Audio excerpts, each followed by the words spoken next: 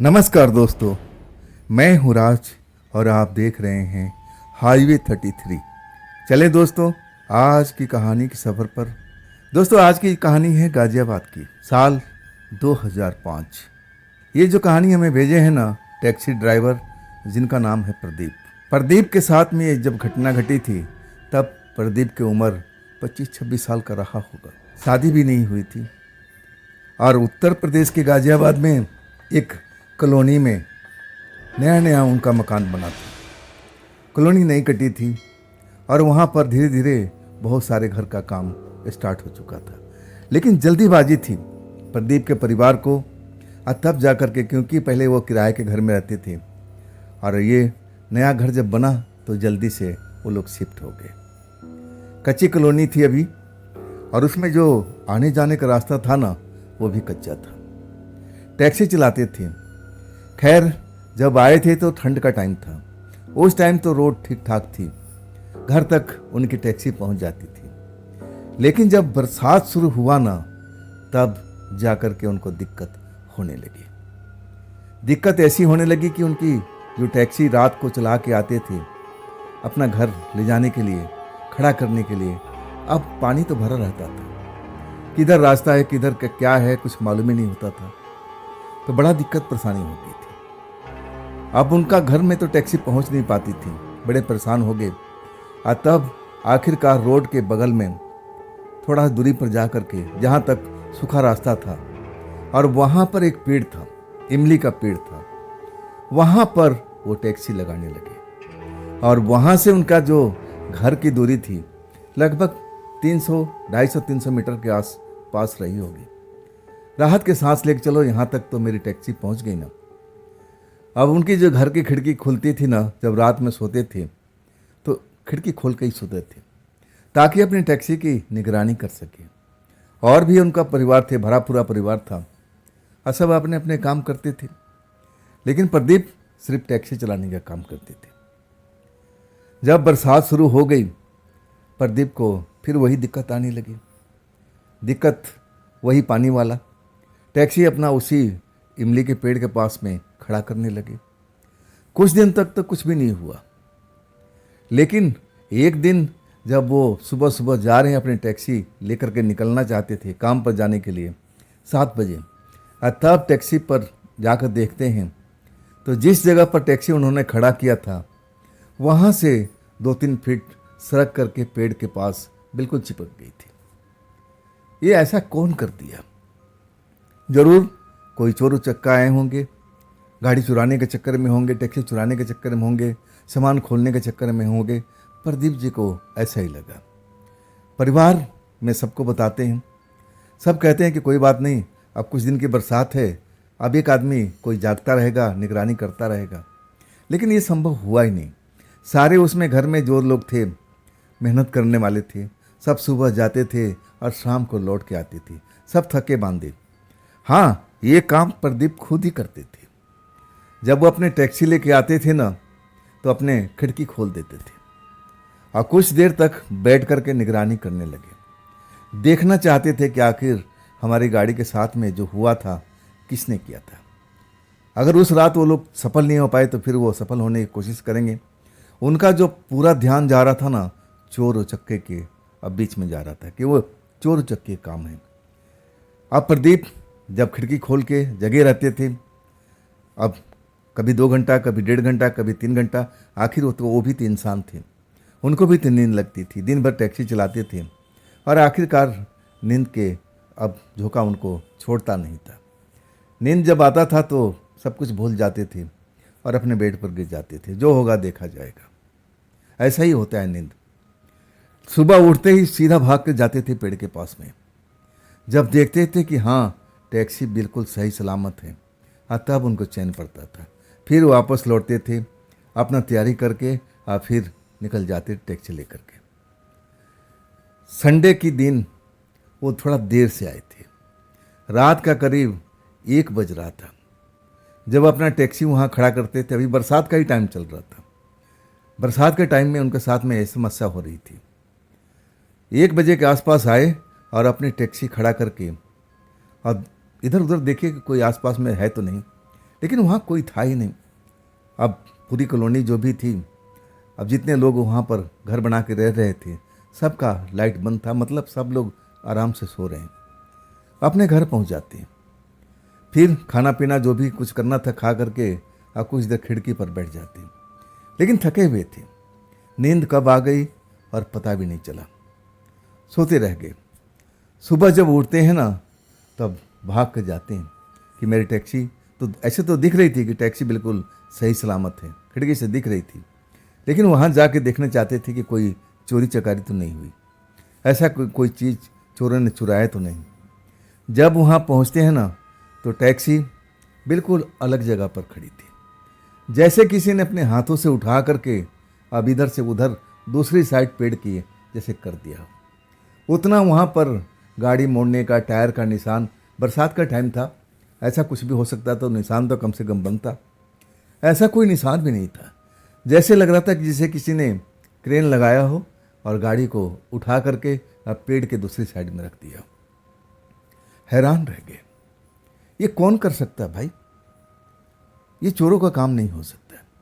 तब ये कौन कर रहा है, अपने परिवार में आके बताते हैं।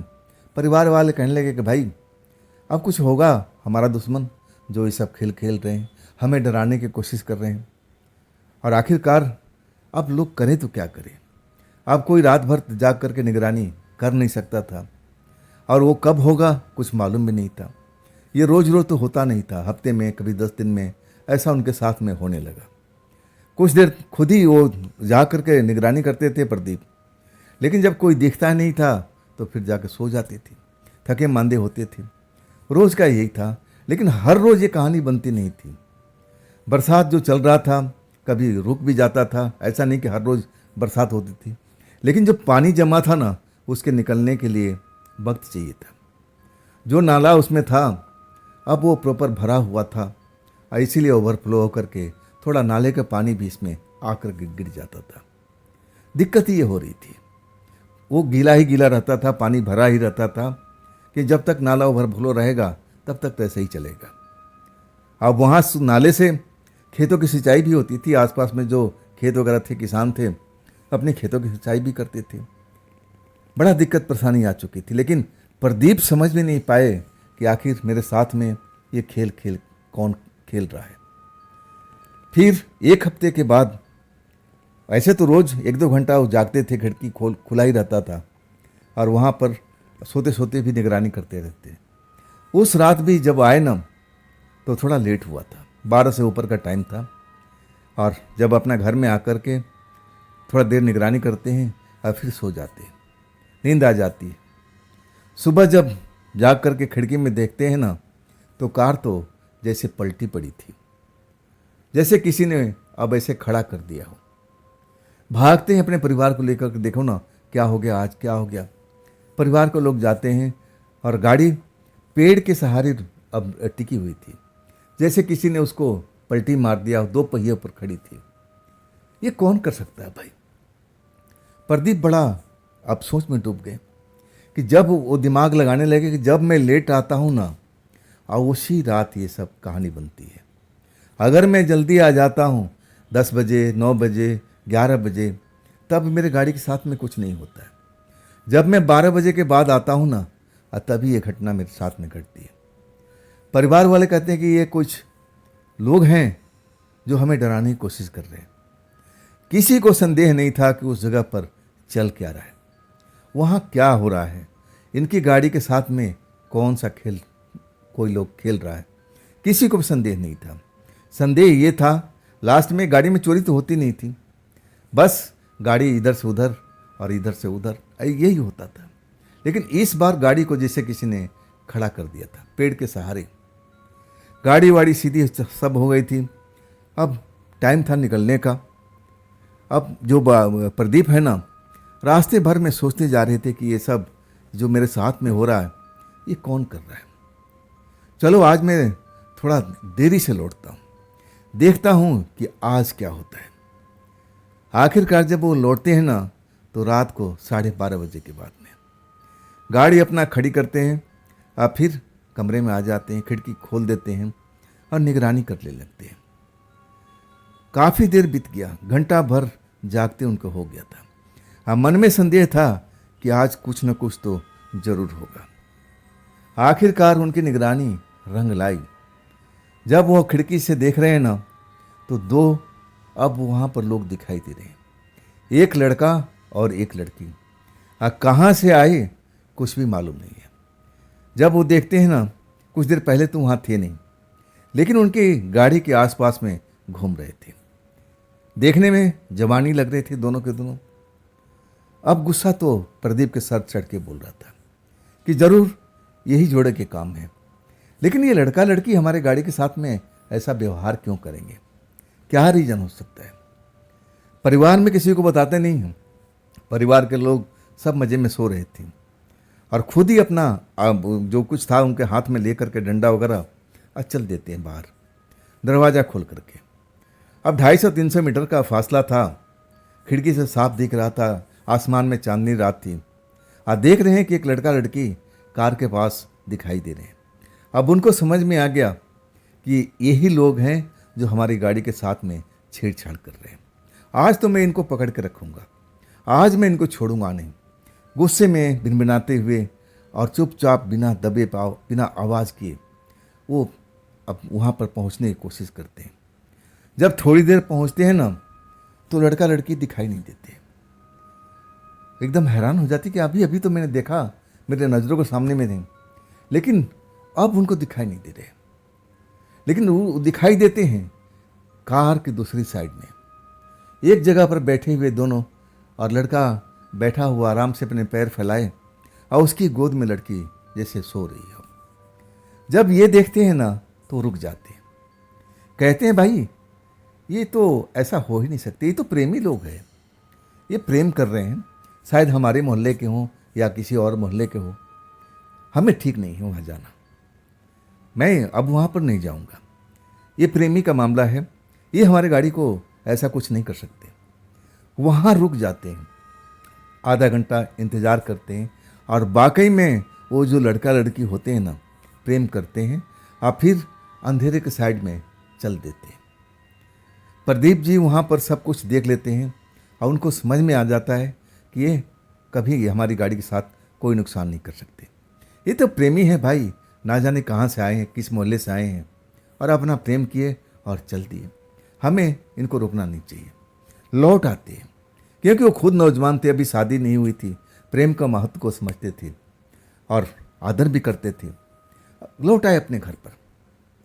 उस रात तो कुछ भी नहीं हुआ, लेकिन संदेह जरूर था कि जब मैं गाड़ी लेट आता हूँ ना, लेट लेकर आता हूँ, शहर से लौटता हूँ, तभी ये मेरे साथ में होता है। ये सब घटना अपने परिवार को बताते नहीं हैं।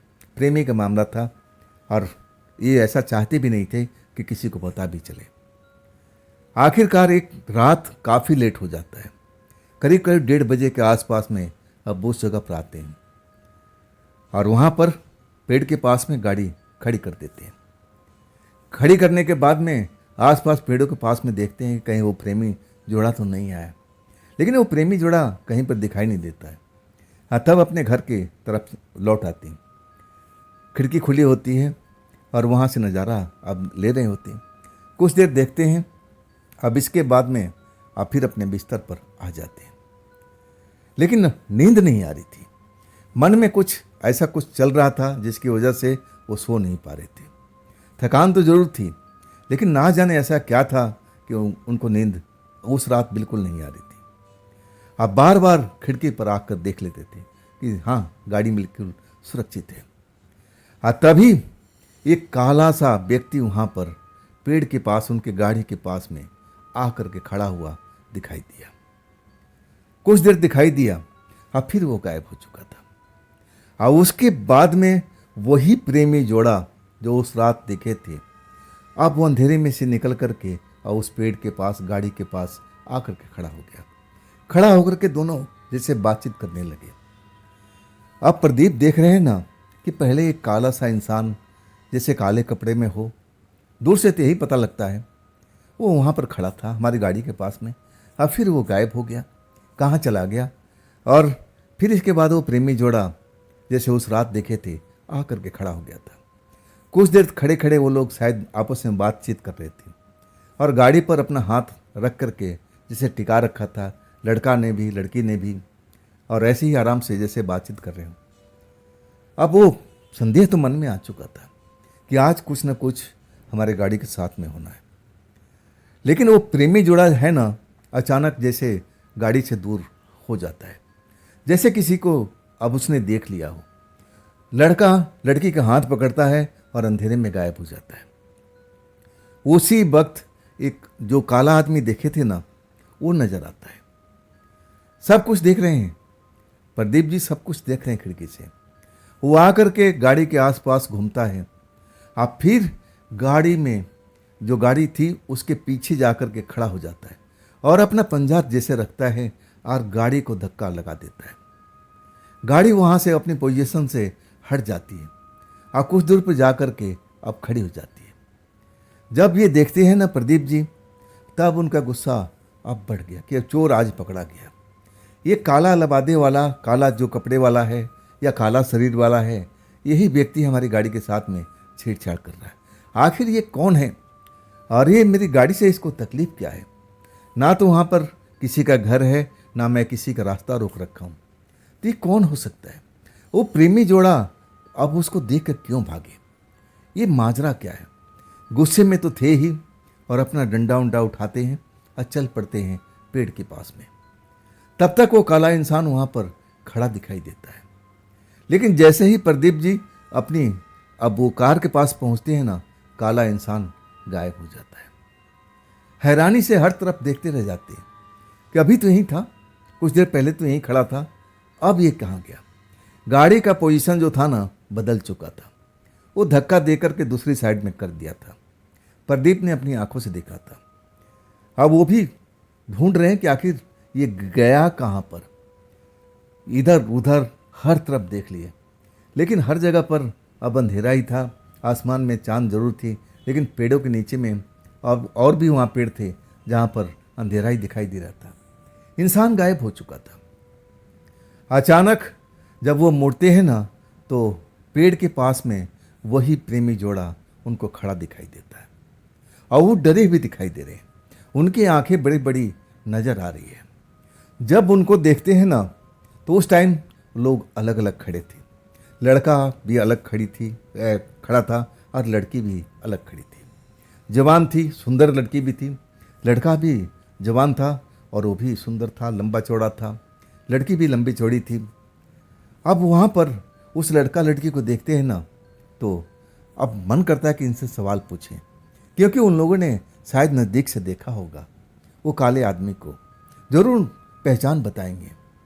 अब उस लड़का लड़की के पास में आने लगते हैं। लड़का लड़की जैसे अभी भी डरे हुए, जैसे उनकी आंखें बड़ी बड़ी हुई हो, भौचक्के से खड़े डरे हुए दिखाई दे रहे थे। प्रदीप उनके थोड़ा नज़दीक पहुंच जाते हैं और तब वो लड़का एकदम लड़की का हाथ पकड़ता है, भागने की तैयारी होता है। प्रदीप जी कहते हैं, अरे रुक जाओ भाई, रुक जाओ रुक जाओ, मुझे तुमसे कुछ ज़रूरी चीज़ पूछना है। आप मेरे से मत डरो, मैं आपको कुछ करने वाला नहीं हूँ, ना आप किसी को बताने वाला हूँ। शांत रहो, शांत रहो, मैं तुमसे एक सवाल पूछना चाहता हूँ किसी के बारे में। लेकिन लड़का रुक नहीं रहा है। लड़की रुक जाती है और अपने जो दोस्त था उसको भी कहती है कि रुक जाओ रुक जाओ, अब ये इंसान है, इससे हमें क्या डरना है। ऐसी भाषा का प्रयोग करती है कि ये तो इंसान है और इससे मुझे क्या डरना, हम लोग को डरना क्या है। जब ये बात प्रदीप जी उस टाइम समय जो सुनते हैं ना, तो ध्यान नहीं देते। लड़का लड़की के पास पहुंच जाते हैं और देखते हैं कि वाकई में लड़की बेहद ही खूबसूरत है। कपड़ा भी सही ढंग के पहन रखी है। लड़का भी बहुत ही खूबसूरत और सही ढंग का कपड़ा, जैसे खाते पीते घर का दोनों हों बच्चे। उम्र लगभग 23-24 साल आसपास में ऐसी होगी लड़के की, और लड़की का भी 20-22 साल का आसपास होगा। मतलब जोड़ी जो थी बिल्कुल परफेक्ट थी प्रदीप की नज़र में। लड़की अब आंखें फाड़ कर प्रदीप की तरफ देख रही है, लड़का भी देख रहा है, लेकिन लड़का डरा हुआ है। लड़की ने उसका हाथ पकड़ा हुआ है। प्रदीप नज़दीक पहुंचते हैं, कहते हैं कि बहन, आपने अभी कुछ देर पहले काला एक लबादा ओढ़े हुए काला इंसान को यहाँ पर देखा है, जो मेरी गाड़ी को धक्का दिया है। ये मेरी गाड़ी को कई बार ऐसा कर चुका है। वही इंसान, क्या आपने अभी अभी देखा उसको? लड़की कुछ बोलना चाहती थी, लेकिन जो लड़का था ना, अब उसका मुंह बंद करता है, जैसे उसको डांट रहा कि नहीं नहीं कुछ नहीं बोलना, कुछ नहीं बोलना। तब प्रदीप जी कहते हैं कि भाई आप लोग डरो मत, बहन आप भी मत डरो और भाई तुम भी मत डरो। मैं ऐसा नहीं हूँ, मैं तुम्हें कोई नुकसान नहीं पहुँचाना चाहता, ना मैं किसी को बताना चाहता हूँ। मैं आप लोग को एक बार और देख चुका हूँ, मुझे उससे कोई मतलब नहीं है। मुझे तो अपनी गाड़ी का सुरक्षा चाहिए, इसलिए मैं यहाँ पर आया हूँ, नहीं तो मेरे आने का कोई मतलब नहीं था यहाँ पर। प्रदीप जब समझाते हैं तो लड़का थोड़ा सामान्य होता है और लड़की भी जैसे बोलना चाहती हो। अतः प्रदीप जी बोलते कि आप बिना डरे हुए बोलो, जो भी आपने देखा है उस काले इंसान को, तो अगर आप उसको पहचानती हो, कहाँ रहता है, कौन सा घर का है, कौन सा कॉलोनी का है, तो आप मुझे उसका एड्रेस और उसका नाम बता दो। अब बाकी काम मेरा है, मैं आपका नाम कहीं भी नहीं लूँगा। लड़का जैसे अभी भी लड़की को बोलने से मना कर रहा था, डरा हुआ था। प्रदीप जी नोटिस कर रहे थे, लेकिन लड़के को बोलते हैं भाई आप डरो मत ना, आप इतना क्यों डर रहे हो? आप लोग सिर्फ उसका नाम बता दो कि उसका नाम क्या है, अगर जानते हो, और नहीं तो मुझे इशारा कर दो कि कौन से कॉलोनी का है, कौन से मकान में, अगर आप जानते हो तो कौन से मकान में रहता है, बस इतना ही बता दो। मैं आपसे कुछ ज़्यादा सवाल नहीं पूछना चाहता।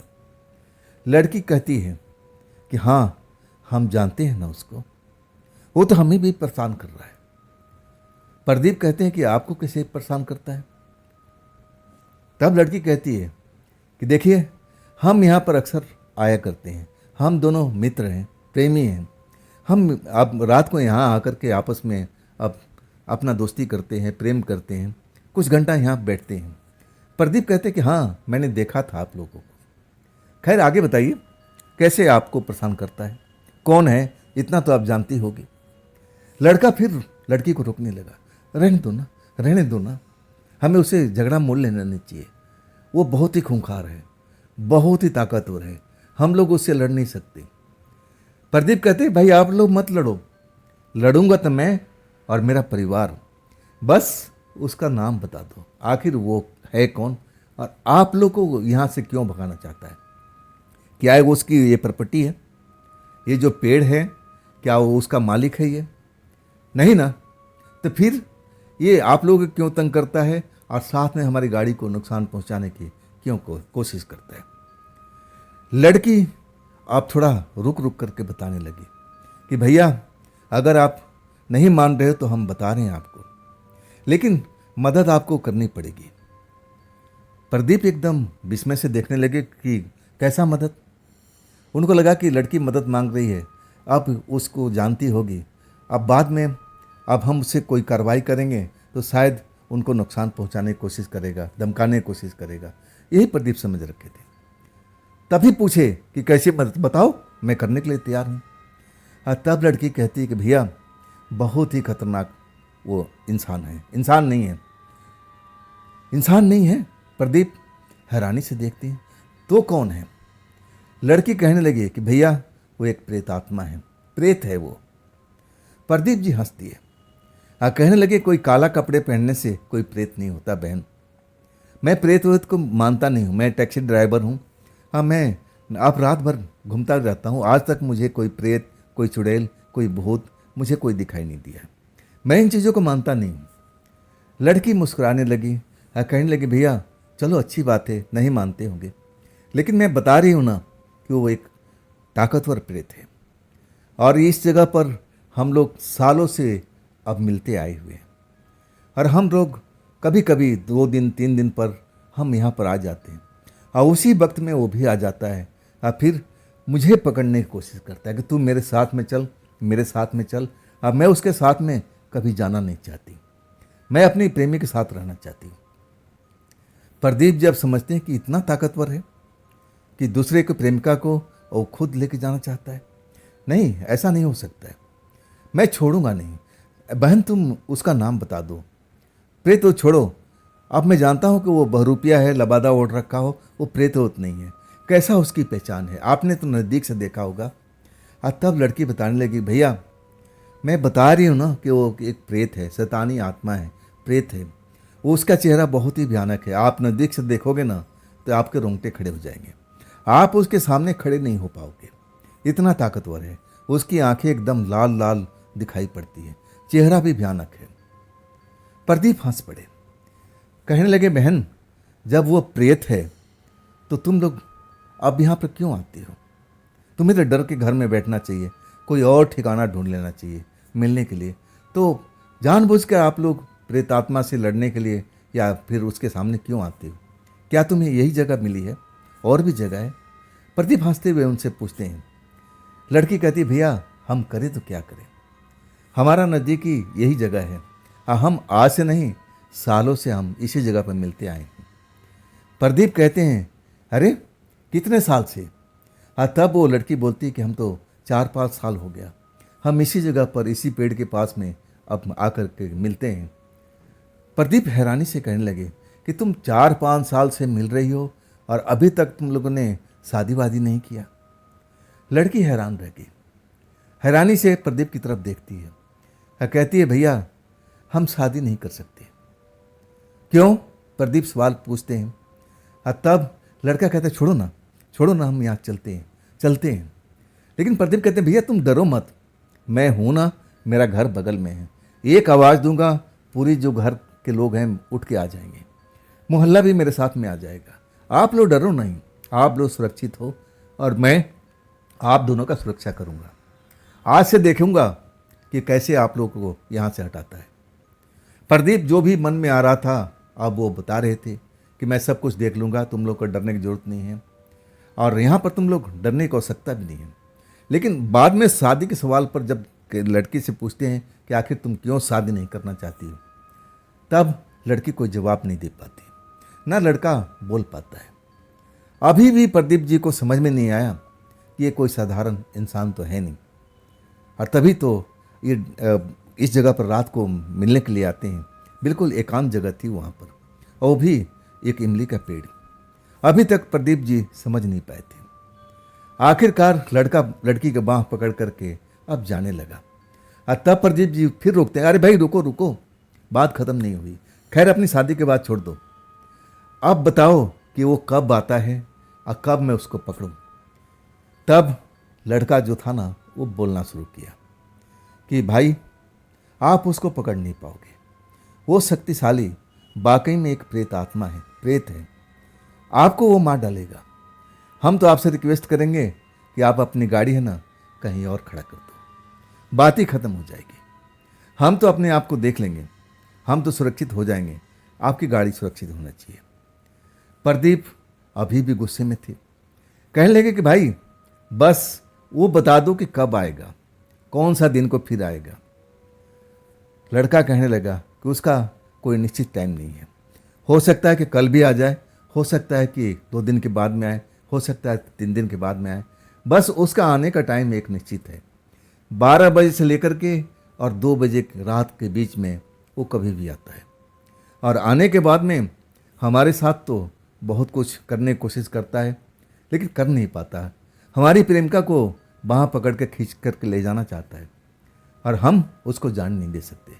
हम उस टाइम भाग जाते हैं अपनी प्रेमिका को लेकर के। लड़का बताया जा रहा था और प्रदीप सब सुनते जा रहे थे।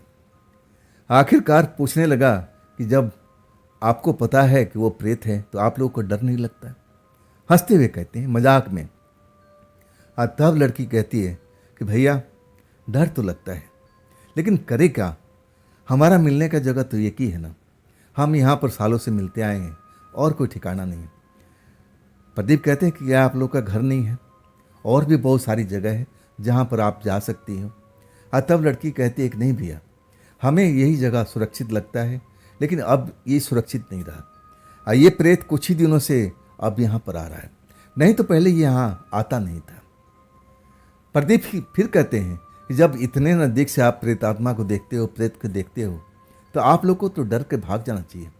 आप लोग कैसे उसका सामना करते हो और क्यों आपको खींच कर ले जाना चाहता है?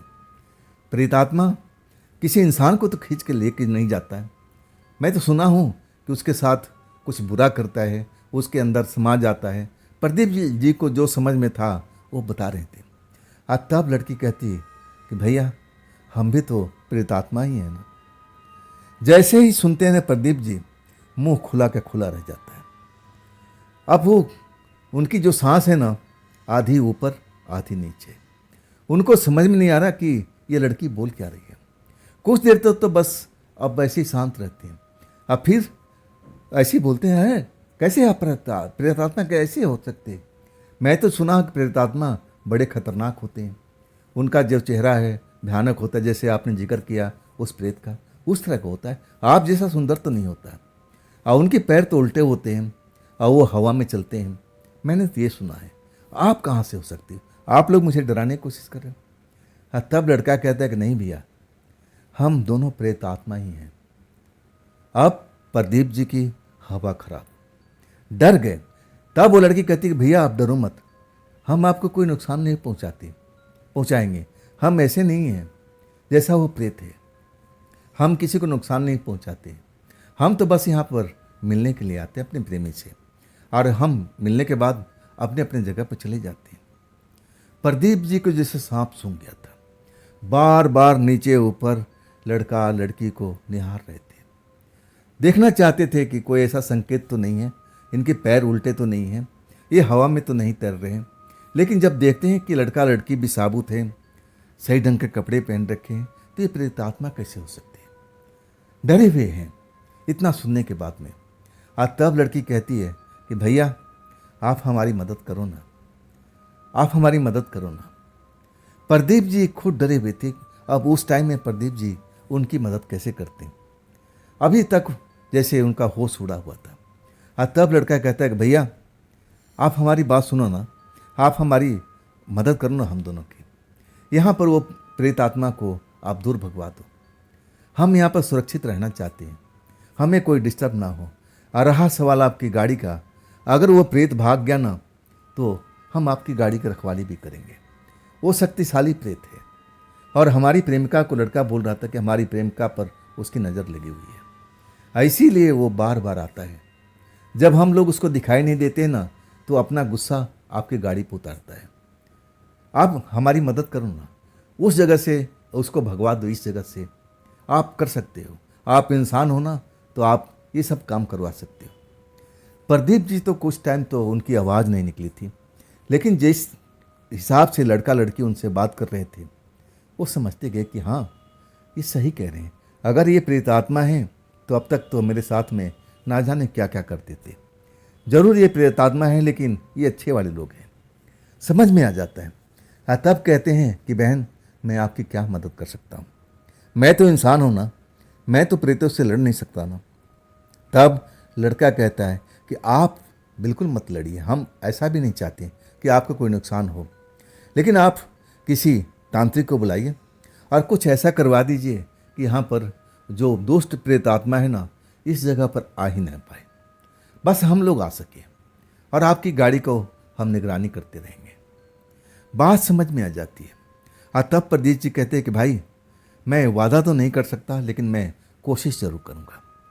लेकिन अब मुझे लग रहा है कि यहाँ गाड़ी मेरी खड़ी नहीं करना चाहिए। इतना सब जानने के बाद अब लड़का लड़की से पूछते हैं, और तब लड़का कहता है कि भैया आप गाड़ी खड़ी करो, कोई रोक टोक नहीं है। वो जब भड़कता है ना, जब हम लोग को देखता नहीं है, और तब वो गुस्सा अब आपकी गाड़ी पर निकालता है, और जब आएगा ना तो हम उसके सामने हो जाएंगे। हमारे अंदर भी इतनी शक्ति है, लेकिन उसकी जितना नहीं है। हमारी प्रेमिका को छीनना चाहता है और हम उसको रोक देते हैं, और फिर वो चला जाता है, बार बार हमारे साथ करता है। और जब हम उसको नज़र नहीं आते ना, जैसे ही आते हैं हम छिप जाते हैं ना, तब उसका गुस्सा भड़क जाता है, और तब आपकी गाड़ी के साथ में वो कुछ अब इधर उधर करता है, गुस्सा निकालता है। आप निश्चित रहिए, बस हमारा ये काम कर दीजिए कि इस जगह पर हम लोग के अलावा कोई और ना आ सके, हमें एक आज़ादी मिल जाए यहाँ पर आने की, रहने की, हमें कोई डिस्टर्ब ना कर सके। आप ये काम करवा सकते हो। प्रदीप जी लड़का लड़की के बात सुनते हैं, और फिर उनसे कहते हैं कि भाई हम कोशिश करेंगे, लेकिन खुद डरे हुए थे, मैं कैसे करूँगा, कैसे किसी से बात करूँगा, तांत्रिक को क्या बताऊँगा। और कहने लगे कि ठीक है मैं देखता हूँ। अब इसके बाद में लड़का लड़की खुद कहते हैं कि भैया आप चले जाइए, हम आपकी गाड़ी को रखवाली करेंगे, आप डरिए मत, जितना हो सकता है हम आपकी गाड़ी को सुरक्षित रखेंगे। प्रदीप जी वहाँ से चले आते हैं घर में। घर में आने के बाद में उनको नींद नहीं आती। सारी रात इसी उधेड़-बुन में लगे रहते हैं कि क्या ये लड़का लड़की सच बोल रहे हैं? क्या वाकई में वो प्रेत आत्मा है?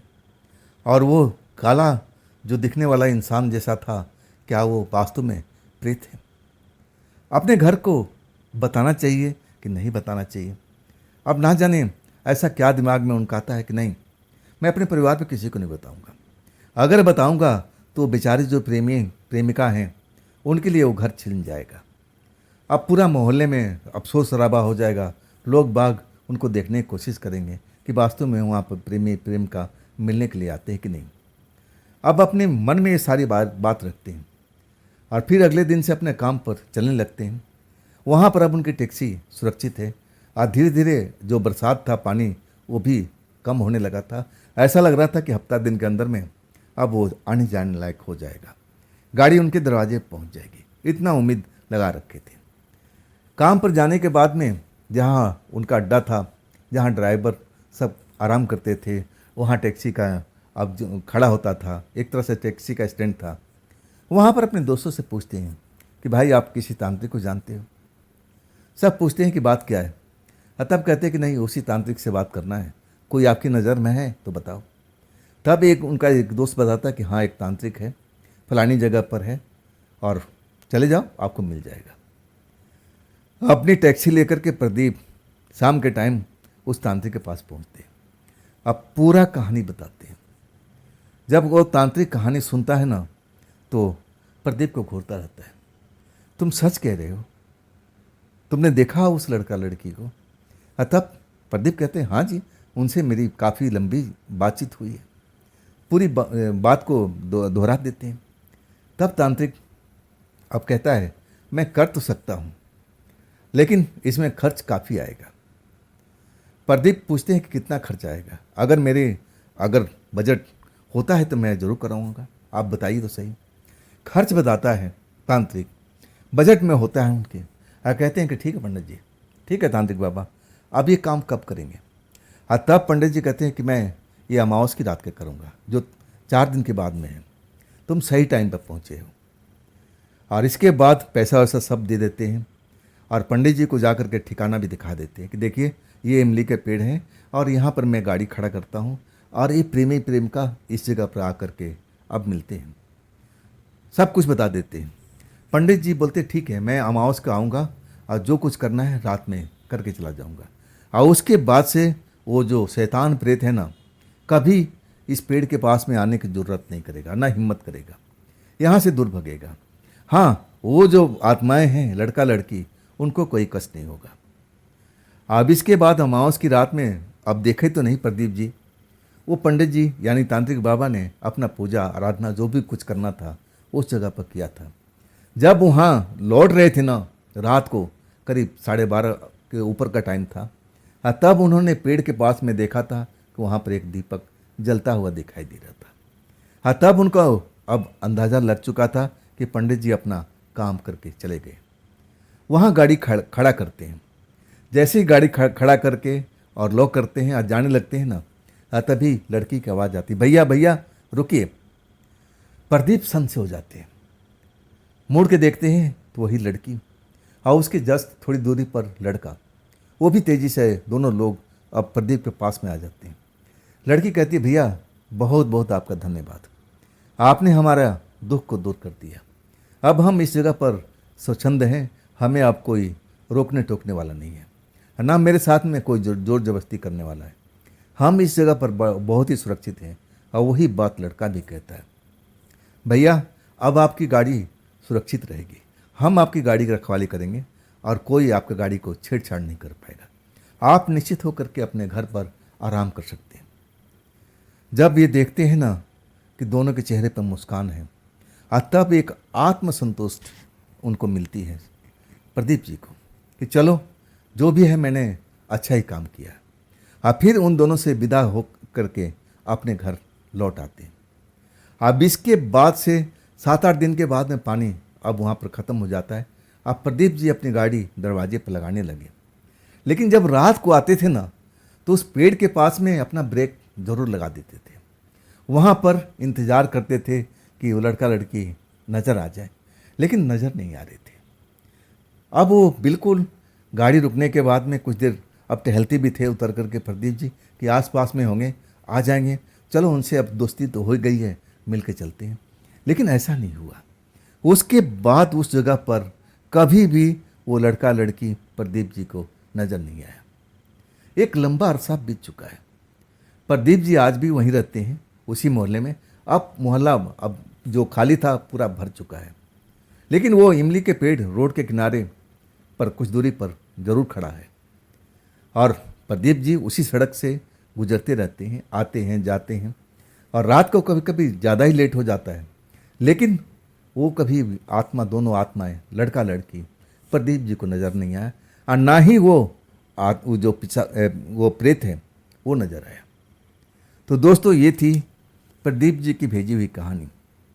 ये कहानी आपको अब कैसी लगी, ये घटना आपको कैसी लगा, ज़रूर कमेंट में बताइएगा। दोस्तों, अगर आपके पास भी कोई अपना आप बीती है जो आप मुझे सुनाना चाहते हो, भेजना चाहते हो, तो आप मुझे इंस्टाग्राम मेरे व्हाट्सएप नंबर पर अपनी घटना का पूरा विवरण भेज सकते हो, शेयर कर सकते हो। हाँ दोस्तों, ये भी चैनल आप ही का है, तो इसको भी आप सब्सक्राइब कीजिए, शेयर कीजिए और हाइप तो ज़रूर कीजिएगा। और फिर हम दोस्तों मिलते हैं कल की रात इसी चैनल पर और इसी टाइम पर। आप लोग अपना ख्याल रखिएगा। नमस्कार।